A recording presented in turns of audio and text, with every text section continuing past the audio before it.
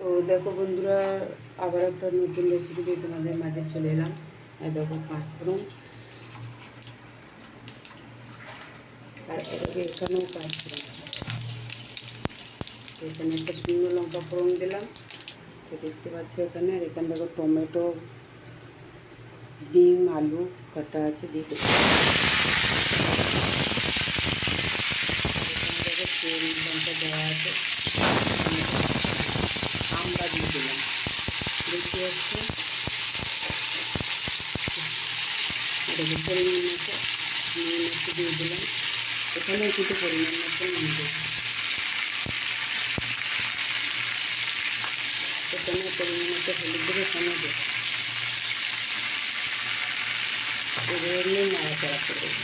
দেখো এটা একটু নাড়া হয়ে গেছে, এবারে জল দিয়ে দিলাম।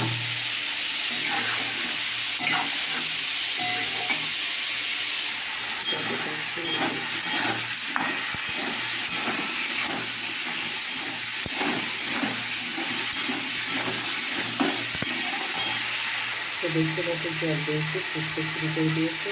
আবার একটু এটা দিয়ে দিলাম।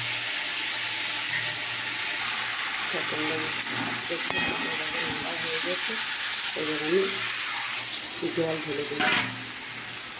তো দেখতে পাচ্ছি জল ঢালা হয়ে গেছে। তো এবার আমি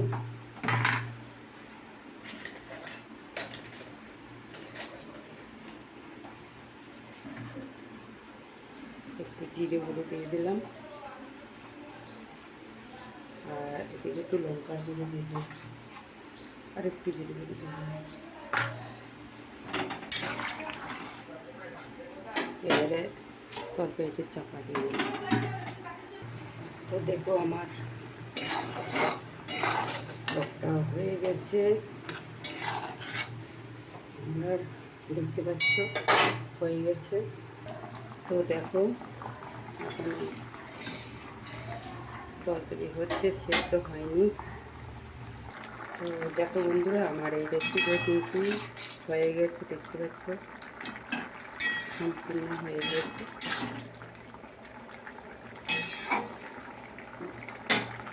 এটা রান্না করতে কিন্তু বেশি কিছু লাগে না, বা এইদিকে চাটনি তো হয়ে গেছে। দেখলে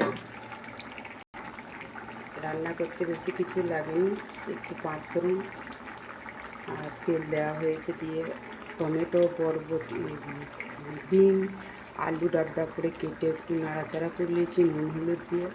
তারপরে না একটু ভাজা ভাজা করা হয়েছে, তো জল ঢেলে দিয়েছি। তারপরে একটুখানি জিরে গুঁড়ো আর একটু সামান্য যে যেমন ঝাল খাবে সেরকম দিয়েছি, দিয়ে তারপরে সেদ্ধ হয়ে গেছে। তো দেখো এখন কি সুন্দর একটা রেসিপি হয়ে গেছে, দেখতে পাচ্ছ।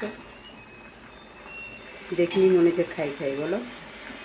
তো তোমরা এরকম রেসিপি যদি বানাইতে চাও, যারা প্রথম দেখছো তারা পুরো ভিডিওটা দেখবে, দেখে তারপরে গঠনমূলক একটা কমেন্ট করে যাবে, আর আমাকে যাওয়ার তোমার পরিবারের সুযোগটা করে দিও।